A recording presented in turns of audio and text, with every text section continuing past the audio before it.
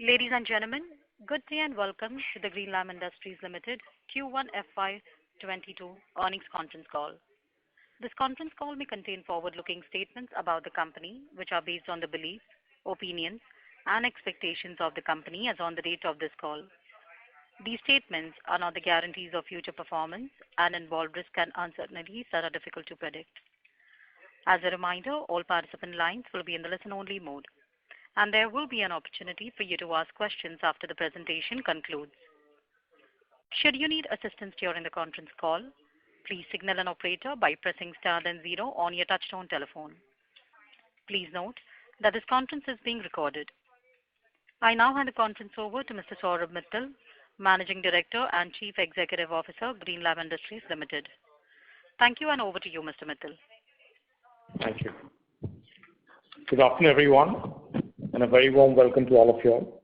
I hope you're all keeping safe and healthy. On the call, I'm joined by Ashok, our CFO, Samarth from the finance team, and SGA, our investor relations advisors. The results and presentations are available on the stock exchanges and our company websites, and I hope you've had a chance to look at them.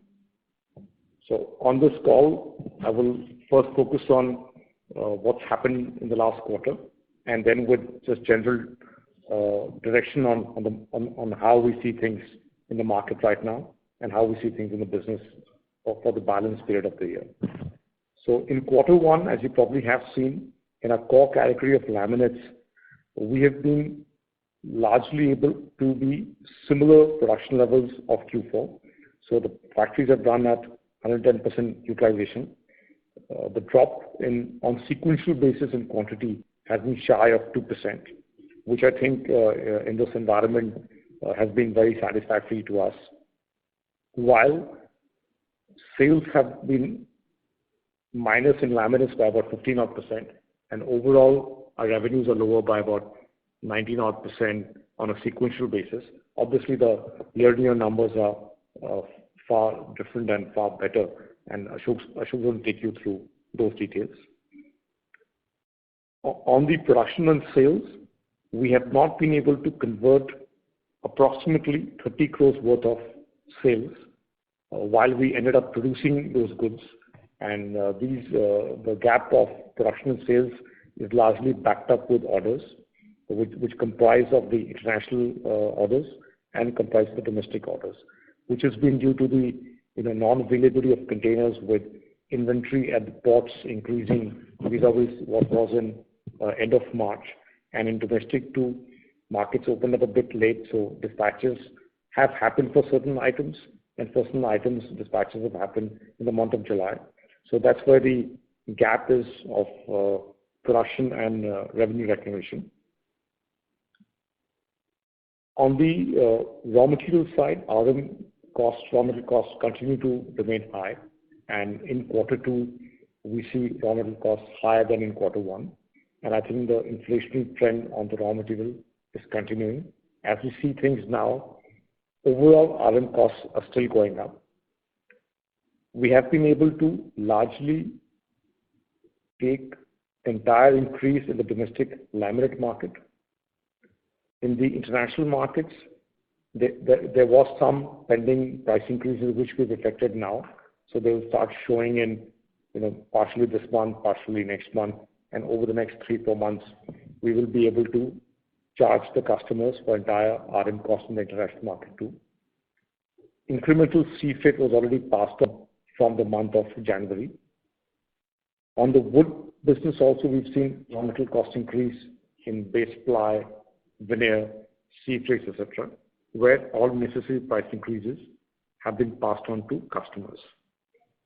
So as we talk right now, besides certain international price increases, which have also been done, which will start showing in our books from this month onwards, more or less we've been able to pass on the entire RM cost to the market. On the working capital side, the debtors have been reasonably well managed, so we've been by and large under control on the debtors despite the 6 to 8 weeks of lockdown in India across various parts. On the inventory side, The finished goods inventory, like explained earlier, has gone up, which will get corrected within this month, or rather at most within this quarter. On the raw material inventory, there's been an increase in the raw material inventory too, which is a function of price increases in terms of, so the value has increased, and quantities have also increased because productions for the wood veneer business and some parts of laminate was also lower, which too we think that within this quarter we should be able to streamline. So really not much stress on the working capital side too. So in this quarter, by and large, all expenses were there for the company, besides certain fixed overheads like traveling, etc., which couldn't happen because markets were shut. We continued with our marketing programs in certain markets. We continued with our recruitment plans. We implemented the salary increases, which have partially been absorbed in Q1 and balance will be absorbed in quarter 2. So that's on the business side. On the demand side, on the domestic market, we think the residential demand will improve as things move ahead. July looks to be a okay month for us. I think things are kind of coming back to normalcy. On the international markets, certain markets, there's still lockdowns or partial lockdowns in Southeast Asia. Some parts of the markets are showing extremely good demand, like the European markets, the UK market, the US market. So I think it's a mixed bag. Certain markets look good, certain are still having their own challenges. We also see that there will be a shift from unorganized to organized, and we clearly see the regional unorganized players under tremendous pressure because of cost increases, lockdowns, challenges of supply chain, disruption on the demand side. And we think this is an opportunity where we can take more market share, and the industry will move towards further or improved consolidation. So by and large, we think we are in decent grip and control on the business, and the gaps of production and sales will be overcome, will largely be overcome in this quarter, and we should kind of correct our debt position also. Debts went up, or net debt went up by about 90 odd crores in Q1 because we had to put capital. Purchases kept happening, production continued while we couldn't convert production into sales, and the mix of domestic and international also got a bit altered. We think all of that, by and large, barring any unforeseen circumstances, should get streamlined within this quarter. So that is it from my side at the moment. I will hand over the call to Ashok. Ashok will take you through the financial performances, post which we'll be happy to address queries. Ashok, over to you. Good evening, friends. I'll take you through the financial performance for the quarter. For the Q1 FY22, on a consolidated basis, net revenue stood at 336 crore, a growth of 110% on year-on-year basis and a degrowth of around 19% on a sequential basis. Gross profit stood at 154 crore, a growth of 93% on year-on-year basis and a degrowth of 24% on a sequential basis. Gross margin stood at 45.9%, a degrowth of 380 basis points on year-on-year basis and a degrowth of 280 basis points on a sequential basis. EBITDA stood at 38.2 crore, a growth of 386% on year-on-year basis and a degrowth of 43% on quarter-on-quarter basis. EBITDA margin stood at 11.4%, a growth of 650 basis points on year-on-year basis and a degrowth of 480 basis points on quarter-on-quarter basis. Net profit stood at 17.3 crore as against a net loss of 7.7 crore in Q1 last year. PAT margin stood at 5.2%. Moving on to segmental performance. Firstly, the laminate and allied products, which form around 92% of our quarter one sales. Laminate revenue stood at 310 crore in this quarter, a growth of 113% on year-on-year basis, and a degrowth of 15% on a sequential basis. Domestic laminate revenue grew by 148% on year-on-year basis in value terms, and a growth of 135% in volume terms. On a sequential basis, domestic laminate revenue degrew by 36% in value terms and degrew by 35% in volume terms. International laminate revenue grew by 97% on year-on-year basis in value terms and a growth of 112% in volume terms. On a sequential basis also, international laminate revenue grew by 3.6% in value terms and same in volume terms. EBITDA margin stood at 13.3%, a growth of 490 basis points on year-on-year basis, and a degrowth of 460 basis points on quarter-on-quarter basis. Production volume were at 4.28 million sheets and at a utilization level of 110%. Sales volume for the quarter stood at 3.82 million sheets, and our average realization for the quarter was 782 rupees per sheet. Moving on to another segment, decorative veneer and allied segment, which constituted around 8% of this quarter sales. This segment includes wood veneer, engineered floors, and engineered doors. In the decorative veneer segment, revenue for this quarter stood at 12.2 crore, a growth of 95% on year-on-year basis, and a degrowth of 62% on quarter-on-quarter basis. We are witnessing sequential uptick in our veneer business, which was down in the first quarter. The capacity utilization for the quarter stood at 16%. Sales volume for the last quarter stood at 0.16 million square meter. Average realization stood at 750 rupees per square meter. Moving on to another product, engineered wood flooring. Floors revenue for this quarter stood at 7.4 crore, a growth of 121% on year-on-year basis. However, the capacity utilization was at 11%. In terms of engineered doors, revenue grew by 35% and stood at 7 crore. Capacity utilization for the quarter stood at 20%.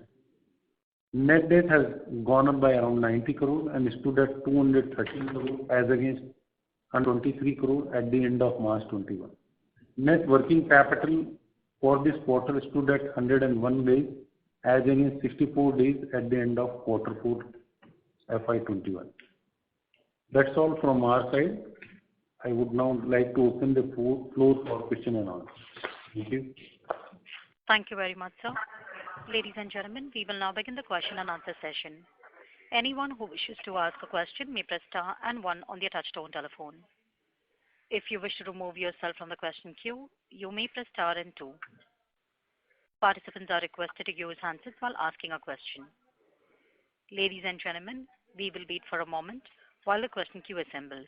Thank you.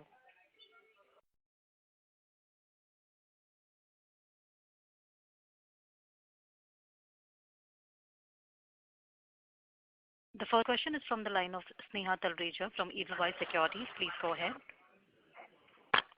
Good evening, sir, and thanks a lot for this opportunity. Couple of questions from my end. Firstly, it's related to margins. So we have seen a QOQ drop in margins. Just wanted to understand the key reasons. Firstly, it could be due to volume decline. And how much was it due to raw material cost decline and how much could be due to product mix change? And is there a big difference between export margin and domestic margins currently? So, Sneha, on the margin, one, as you have seen, there's been a volume decline. The value mix of the production and sales have been lower or weaker in Q1 versus what should have been. So realization in Q1 per sheet has been the same as, largely same as what we did in Q4, while we did take an increase in the month of April. So that did not reflect on the margins. The conversion of production to sales also did not happen of that value. So I think that also is showing up on the margins at the EBITDA level, right? And certain RM costs in the export market could not be passed on to customers or could not get affected, which will get affected from July onwards. So to my mind, I think it's a combination of all of this,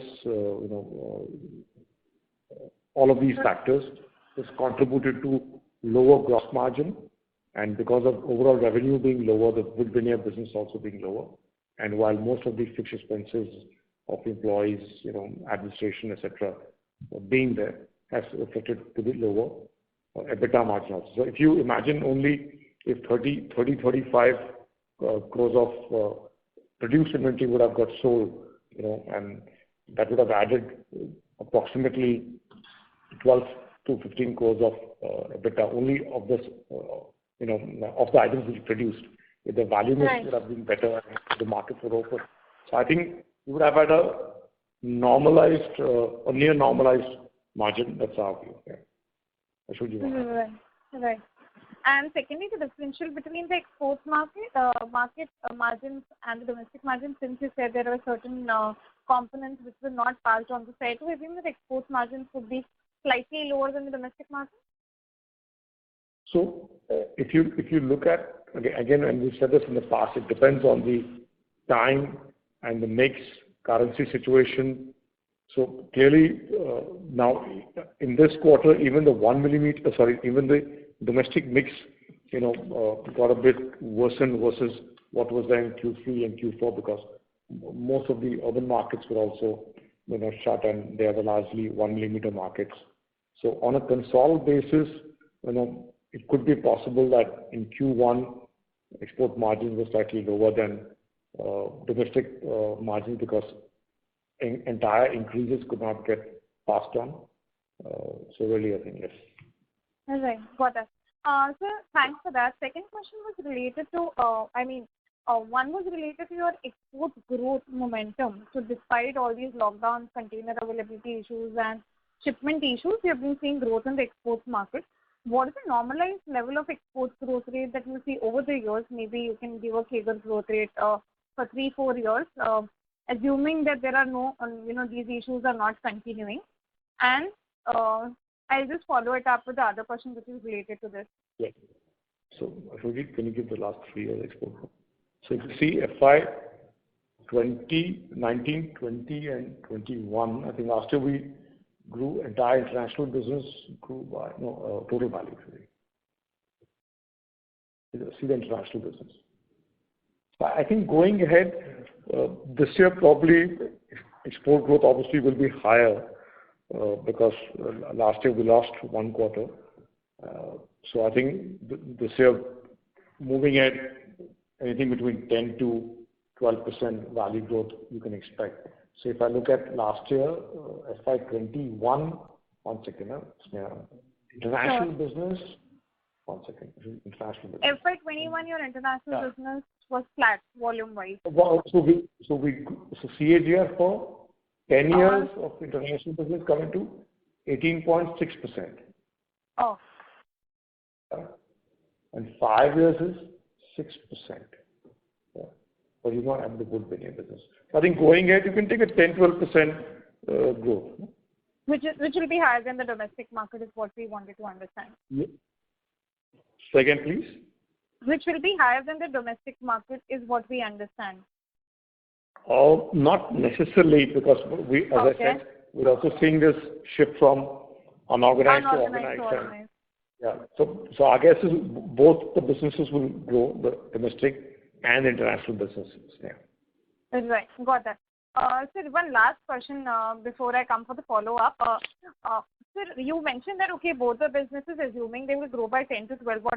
Your peers basically have been looking at various capacity expansion. Let's say Merino has announced capacity expansion in related businesses. Xylem recently announced it in particle board businesses. And from you also, we have heard that, you will be looking at capacity expansions in other related categories, but you haven't, categorically come out with which categories. Any call taken on that? And I'm sure that the team would be working on it. By when can we, get something, and what kind of a category could it be? It could be how related category? So, we are putting up this plant in Andhra Pradesh. There we have announced capacity expansion of laminates of 2 lines. And Right.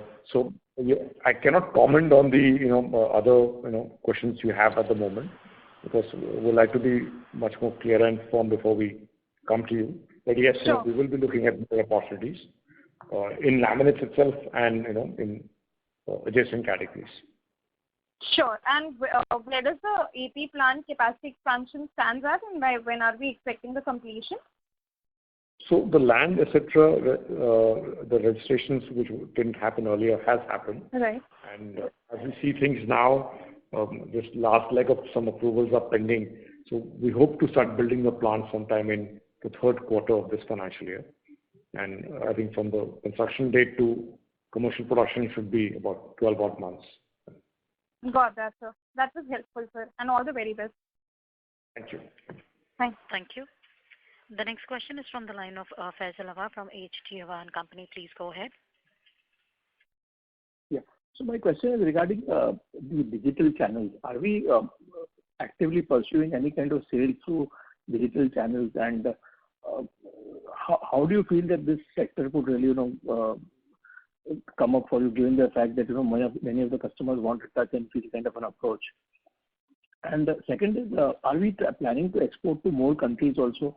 And do we have anything in terms of a research and development budget? And if so, how much are we spending in terms of percentage of revenue?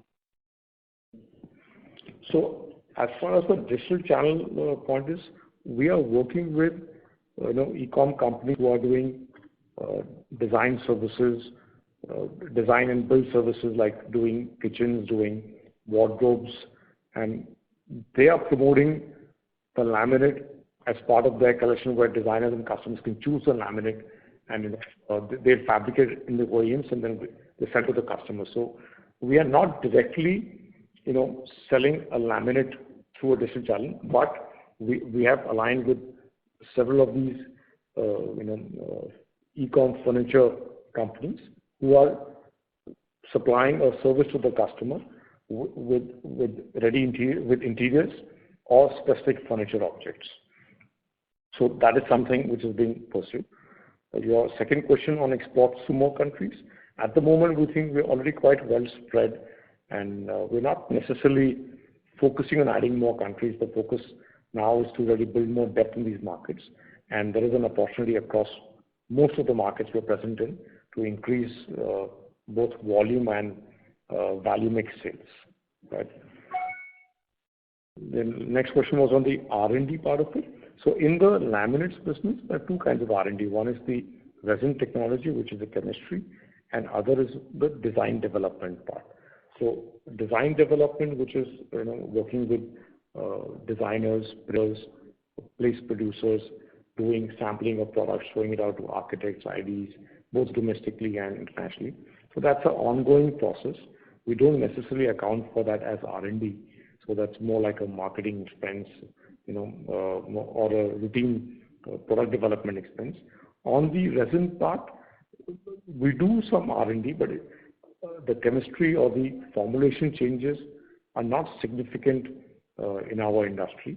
So we have come up with certain products in the past, like the antivirus, antibacterial, HD gloss, high scratch, but it doesn't require too much of capital on those R&Ds as far as the chemistry part is concerned.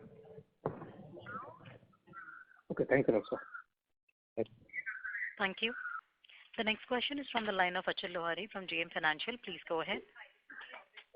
Yeah, thank you for the opportunity. My first question is, can you help us understand on a YOY basis, what is the cost inflation in each of the raw material components, in terms of the design paper, craft paper, and chemicals? So I will ask Ashok this one. Yeah. So, Achal, if you see in terms of in the chemical, we have 3 types of chemical, as you know, that phenol, melamine, and methanol. On a Y basis, it will range from, let's say, 30-35%, to some of the chemical has gone up to like 70-80% also. And in terms of kraft and base paper, since the rate will keep varying depending upon the mix what we do. But in the base paper, what we safely presume that it has gone up by around 8-10%. In one or two paper or few paper, it will be lower or higher. In the kraft paper, again there are range of kraft paper being used. So mix of that will keep changing. On a console basis of all kraft paper put together, it has gone up by around 3.5-4%. But in the individual segment, it can be somewhere around 8 to 10% again.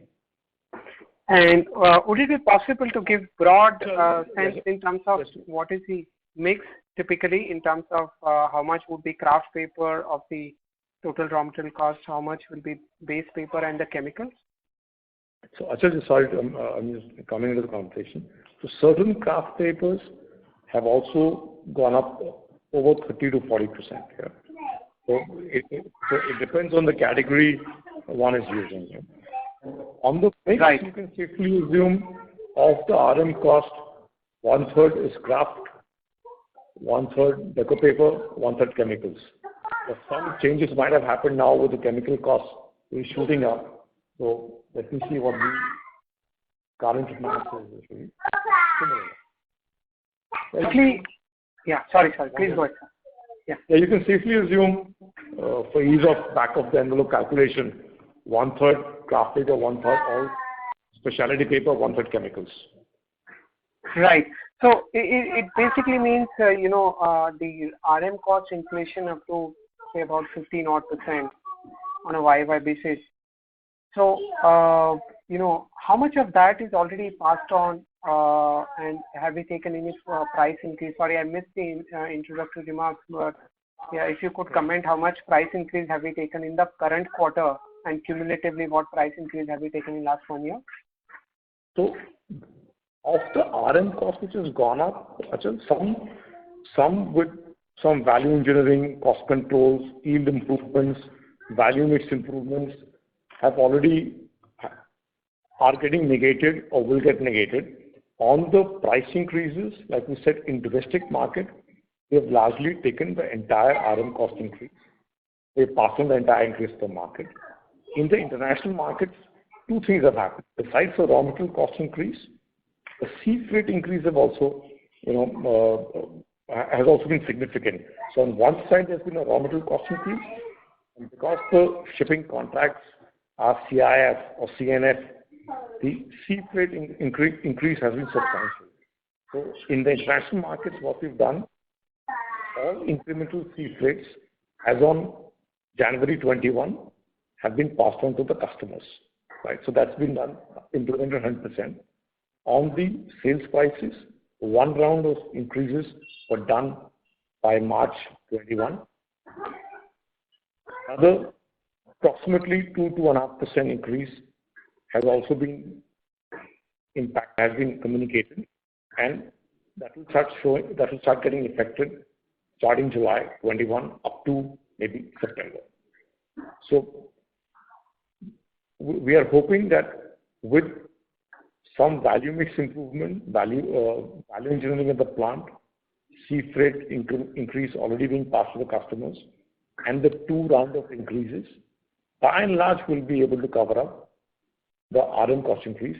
For certain commodity items of exports, we may not be able to cover up the entire RM cost increase. And would it be fair that one of the reasons possibly for the first quarter margin contraction was to do with the sea freight, given how much of the total exports are CIF basis, sir, broadly? So by and large, you can assume that over 90%, 80-85% is CIF or CNF, but this increase has already been the incremental increase on sea freight have already been to the customers starting Jan 21. So the margin drop is not due to sea freight; it's due to the mix, production mix, unabsorbed overheads, lower production in little bit lower production laminates and the veneer business. So I think it's a mix of all of this, not really sea freight. in terms of the export part of it. Sure. And if I may, follow up on that in terms of how do we look at this margins given the price increase and the other cost optimization measures we will be taking, how do we look at the margins from an annual perspective, for the laminate business and also the other business? So it's very hard to say because as we talk right now, raw material costs are on the upward trend still, right?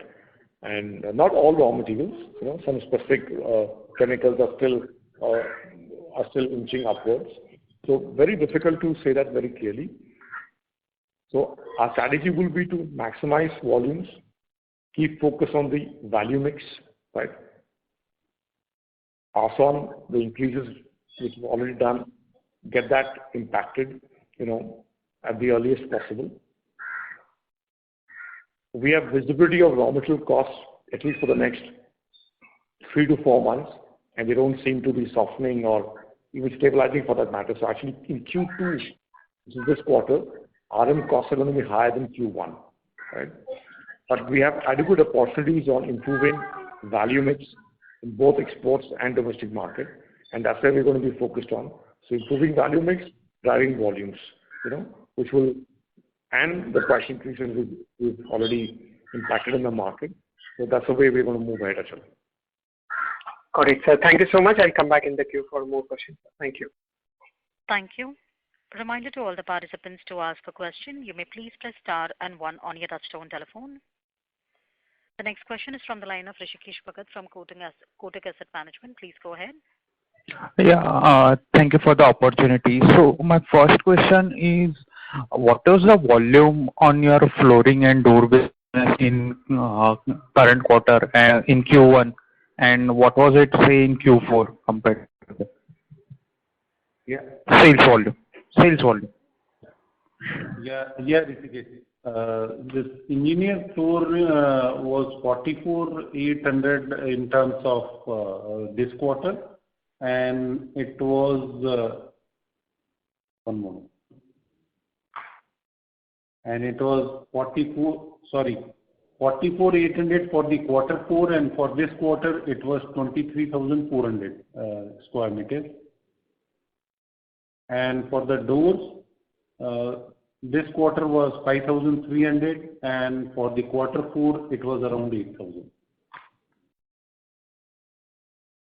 Quarter 4 was how much? Sorry. 8,000. 8,000. Okay. The other question is related to this container freight issues and logistics challenges. I understand it has been for a fairly long time and it's a global issue.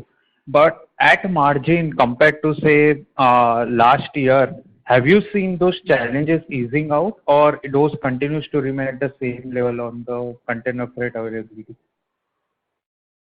Container freights are not necessarily worsening as we see now, but they still continue to remain high.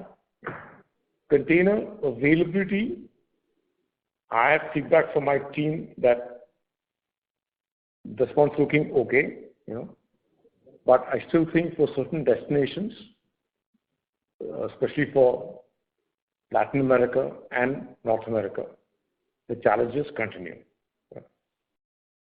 Okay.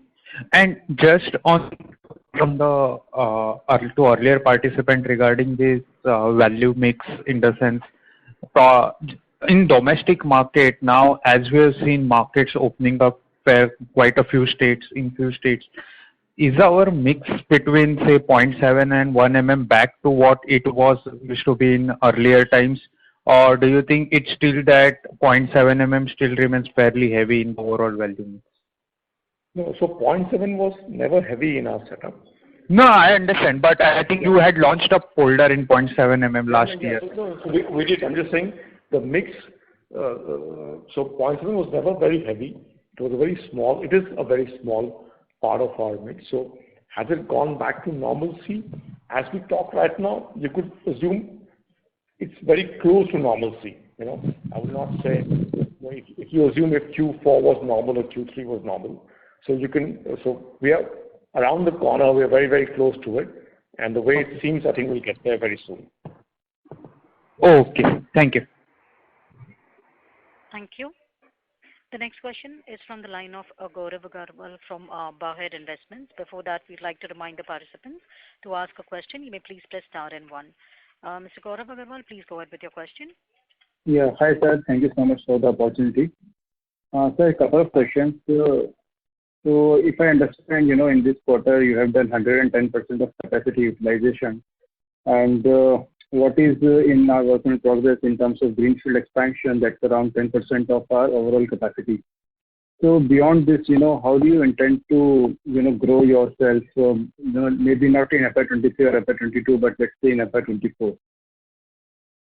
I'm so sorry. So is the question about utilization and new capacities being added on? I think the voice was... Okay. Is my voice clear now? जी थोड़ा सा muffled सा. Anyway, बताइए. Please go ahead. Let me just 1 minute. Yeah. So sir, what I'm asking is, you are adding 10% of capacity on your current base, and already we are running at 110% capacity utilization. Correct. So at this 10%, I think it will come by the end of this year, which will take care of the growth in FY23. But what about when we look at let's say years like FY24, 25, how do you plan to grow yourself for those years? So currently, like in Q4, our capacity utilization was about 112%, and we can go up to with our experience of the past, we can go up to like 115% odd utilization. Okay. We bought 65 acres of land in Andhra Pradesh, where we've announced expansion of 2 lines. So that's something which will help us, support the growth in the market and our market share expansion. And we are actively considering to review that expansion plan on whether we should add more capacity. And since the land is quite large, we can continue doing brownfield expansion like we've done in the past, right? That you start with 2 or 3 lines, and every year, the incremental capex is very small, and your incremental margins and incremental revenues is significant. So with that location, we can expand capacities over a period of time. And we've left so much provision while designing the plant in terms of equipment, space, etc. Got it. So, sir, greenfield expansion is 175 crores for 1.5 million capacity. So let's say in terms of brownfield, we want to put a similar capacity of 1.5 million. So how much incremental capex would we need to incur there?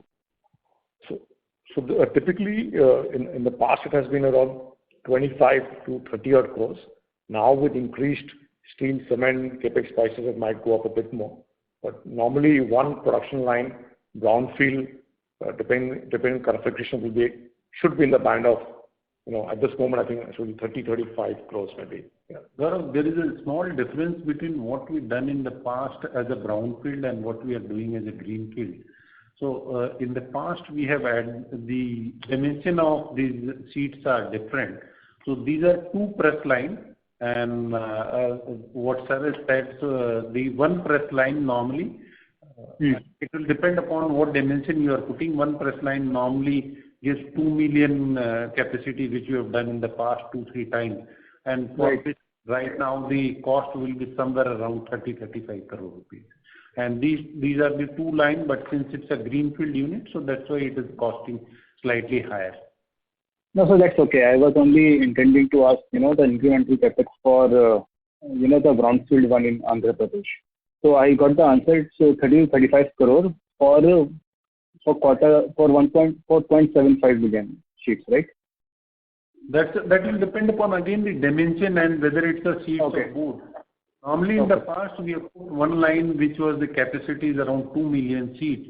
And since these are bigger dimension and these are mostly board will be there instead of sheet, that's why it is coming coming lower. The capacity seems to be lower, but the sales value will be similar or higher than what you normally put one plant.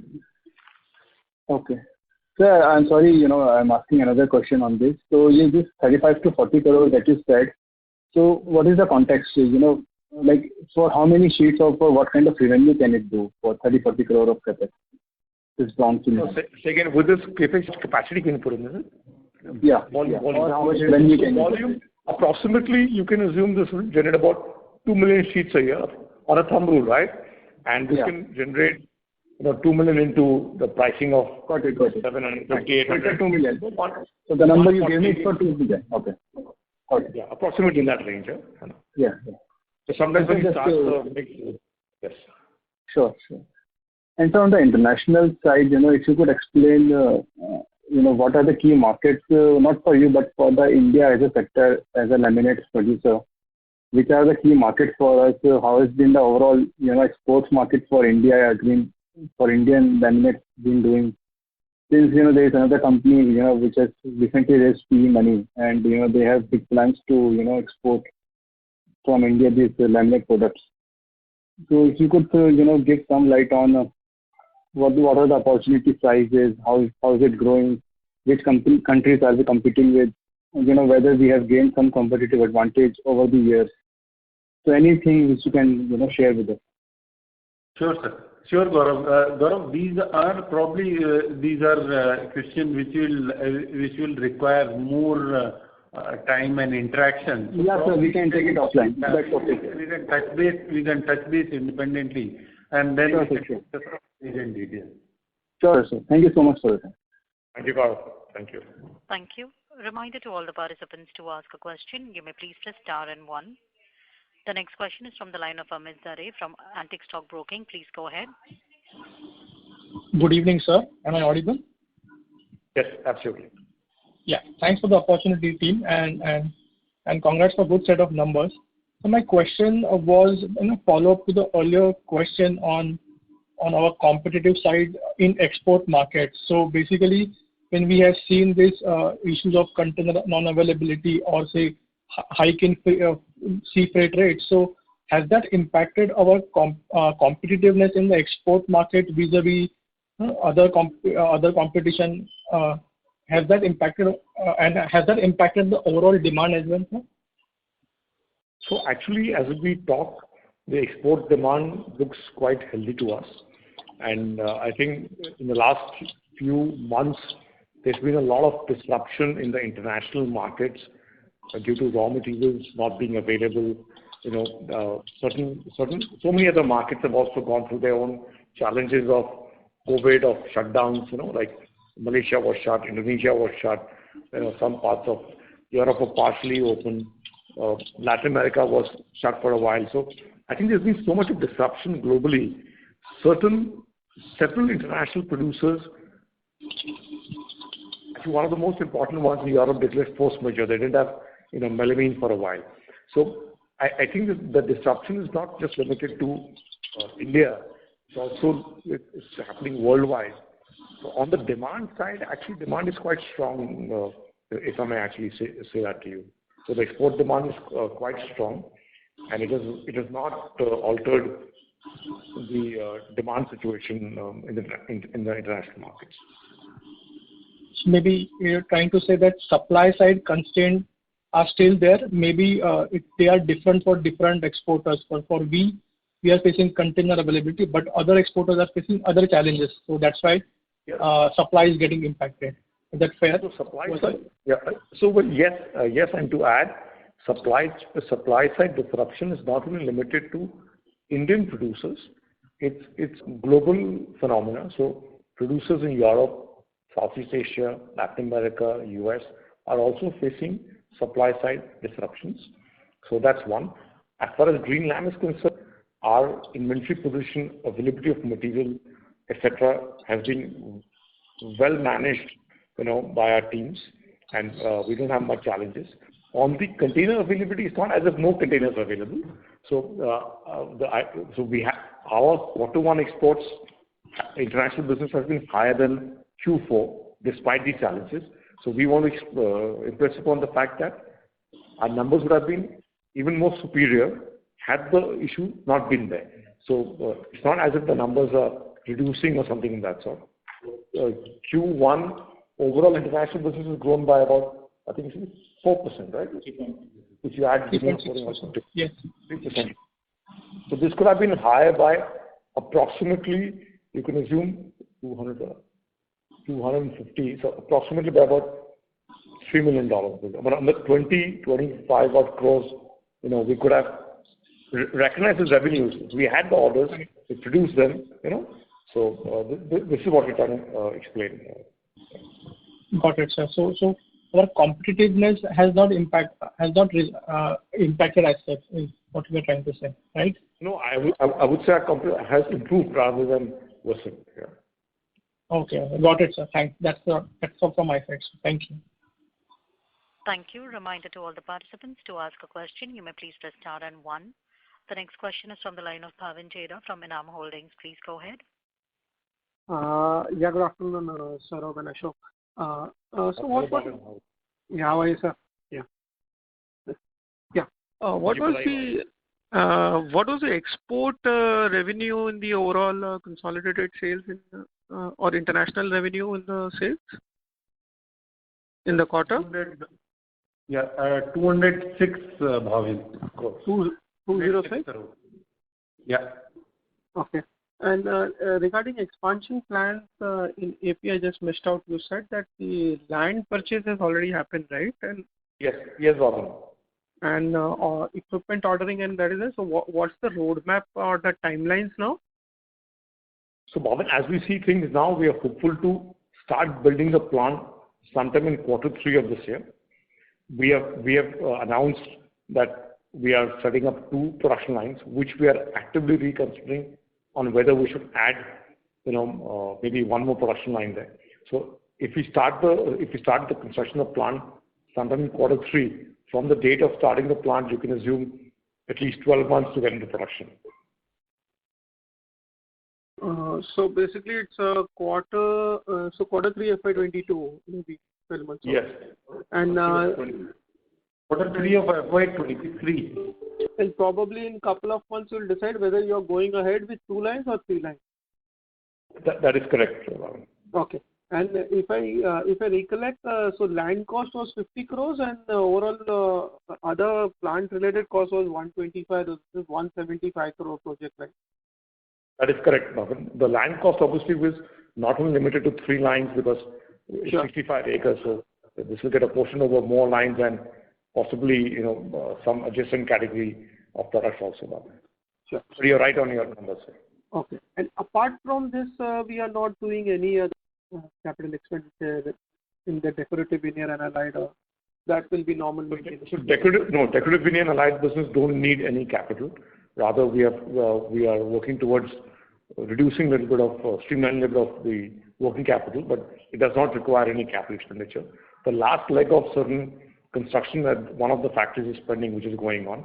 Otherwise, existing plants will consume routine capex of plates and some heating equipments and some routine capex. That's about it. Okay. And so July sales, has it normalized to the 100% run rate, or you say 90% run rate? So July Domestic sales, I'm saying. So July sales, domestic, the laminate business is on 100% normal run rate. The wood veneer business is also significantly up. You can assume that's like at a 80% kind of level. And the last one on the engineered wood flooring and those would we achieve break even by Q3, Q4? What's the internal target there? So I think we've been falling short on our words in this category. It's each time we think we're just so close to it. Even this quarter, we've done floor and door put together what? 14.35 crores of sales, and the loss actually in losses 2.5 crores. 2.5 crores of EBITDA loss we had in Q1. So obviously we wanted to happen the earliest, but it's just like it's there yet not there types, So we should be soon be reaching. Okay. And 5 crores of sales. Yeah, laminate capacity utilization in many quarters. So existing capacity also we have operated over 100%. I think the maximum number I saw was 112% in March. So technically, this 15.6 million can produce how much on an annual basis? Bhavin, that depends on so many factors, but I think the run rate we had obviously the range, assuming a normal assuming there is a business across product segment or a demand revives, so that 15.6 can we can maintain Q4's utilization level and even better it by a few percentage. So we can go up to, you can assume 115 types, Bhavin. 115. So yeah, 15.6 million can roughly give, say, 16.5 million sheets. That would be the peak potential. Actually, it should be more. If I see the Q4 run rate, it can be higher because I see 4.4 in the March. So if I annualize that number, technically it can give you just under 18 million. So I think just under 18 will be a stretch number, but yes, a doable number. Oh. Okay. Thank you, sir. Yeah. Thank you, Bhavin. Thank you. The next question is from the line of Arun Baid from BOB Capital Markets. Please go ahead. Yeah. Hi, sir. You did mention that you will get into adjacent categories over a period of time. So do we have some timelines by which we can expect when this will come through? So I don't think we can comment much on that moment, but yes, we are actively reviewing the possibilities and studying the opportunities here. So can we see it by end of this financial year, sir, FY22?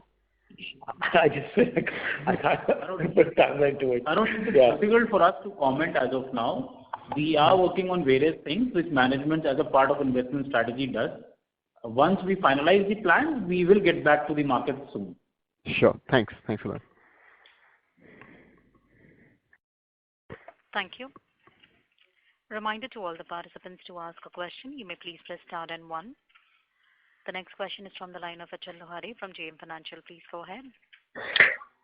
Thank you for the follow-up opportunity. I think you did address the export in terms of the probable growth from a medium-term perspective.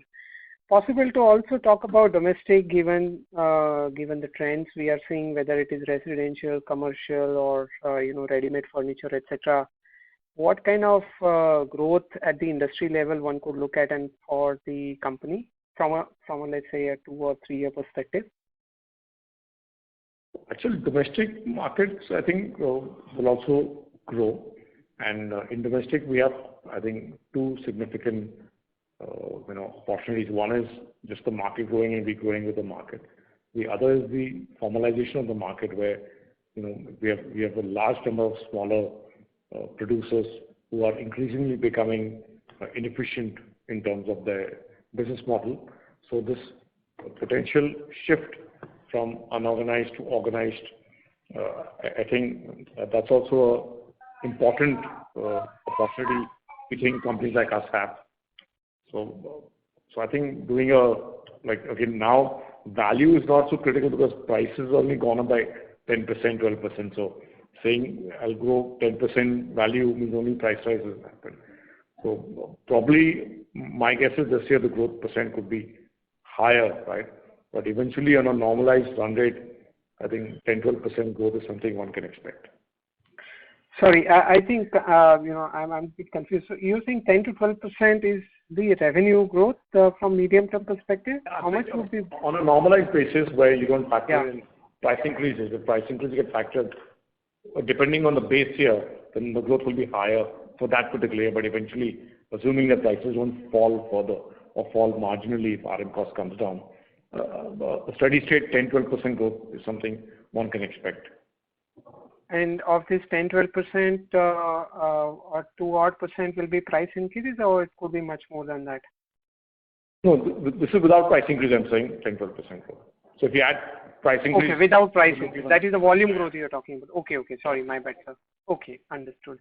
And secondly, what is the contribution for us from the south region? Because we understand from our appliances companies that south is actually seeing far major impact in the quarter gone by and even as we speak. So just thought of checking what is our exposure in South as a percentage of total domestic business, and are you also seeing a difficulty in terms of the momentum? Actually, we're not seeing a difficulty in percent, and we just have it on our screen. The mix hasn't got altered, in any meaningful manner. And South remains our largest market, and with our excellent supply chain warehousing network we have, even in the lockdown period, several OEMs, people producing kitchen wardrobes, sites were still ongoing, and I think we were one of the few companies which could maintain supplies, to customers. So we are not experiencing that, or maybe our base is so small that it's not showing up. And what would be our mix of the total domestic? How much would be South? I have to ask my CFO if I'm supposed to say that or not. So I think Ashok will connect with you separately on that. Okay, understood. Sorry, you were saying something, Ashokji? Ashokji. Pardon? No, I was saying that I'll come back to you. We don't have the figure as of now in hand. Sure. No problem, sir. No problem. And just, one more question I had, more on a macro front, in terms of these exports opportunity, I recall last time around you had said, we really don't compete against China in terms of the product segment which we are, kind of exporting. So are things getting better from a competitive intensity perspective? Like we are as the country, we are getting more benefited from this momentum. So our competition communication which we had remains the same. That has not changed, right? And when you say country competitiveness, yes, I believe that, as a country, we probably have already become, and this will only get stronger going ahead, that we become one of the strongest countries in the world in producing high-pressure laminates and, shipping it world over, because the cost of setting up new manufacturing facilities globally is extremely, the mathematics is completely different versus what it can happen in India with trained people, already at a large domestic market. So yes, I think India as a country will become increasingly stronger, will gain competitive advantage in producing and exporting of laminates. Understood. And sorry, I'm just kind of delving into it a little bit more. So you talked about the setting up facility, the capex part of it, and the opex. I wanted to check what would be the ballpark. I mean, I know it's hard to say for any country, but ballpark, would we be like cheaper by 25-30% in terms of capex and in terms of the operating cost?